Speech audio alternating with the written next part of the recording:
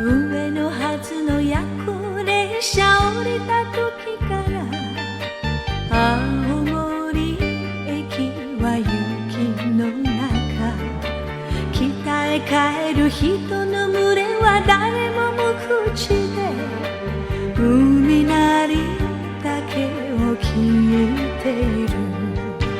私を一人連絡船に乗り、凍えそうなカモメ見つめ泣いていました。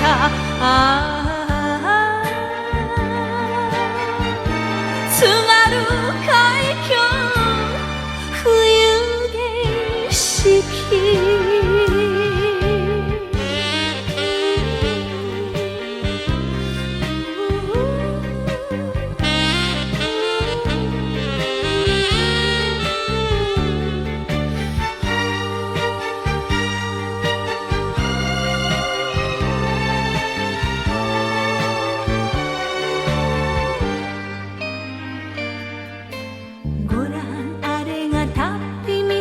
北の外れと見知らぬ人が指をさす。生きて曇る窓のガラス拭いてみたけど、遥かに霞見えるだけ。さよならあなた、私は帰ります。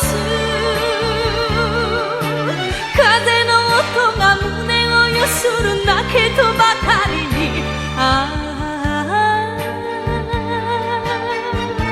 津軽海峡冬景色。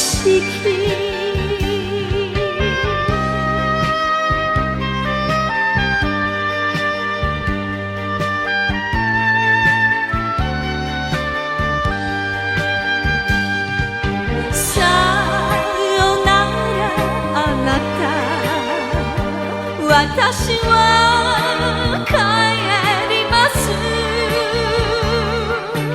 風の音が胸をゆするだけとばかりに、